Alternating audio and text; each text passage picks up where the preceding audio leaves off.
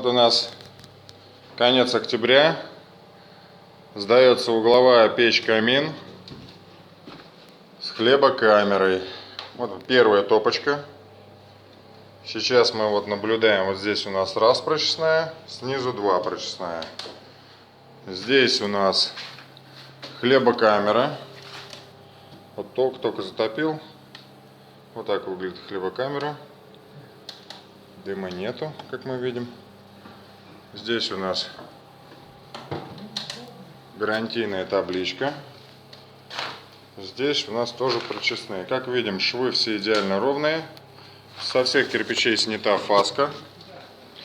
Здесь спереди сделан такой вот красивый каминный выступ.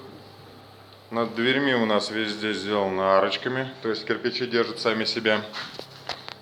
Двери, как и везде, закреплены на нержавейку и болты. Все проложено базальтом. То есть в будущем это все не растрескается. Все это вот удобненько. Вот что у нас тут с топочкой. Вот первая затопка пошла буквально. Поддувало чуть-чуть открыто. Вот здесь, видите, это как бы такой навесом сделано, чтобы визуально улучшить печь. Сделано вот так вот навесиком. Ну вот горит это все очень весело. Тяга обалденная в абсолютно сырой печи. Вот, сейчас попробуем открыть дверцу. Чтобы открыть дверцу, нужно закрыть поддувало. Закрываем поддувало, открываем дверцу. Вот так вот аккуратненько. Ну вот, все весело горит, даже с открытой топочкой. Дыма нет. Тут тоже все на нержавеечке у нас держится.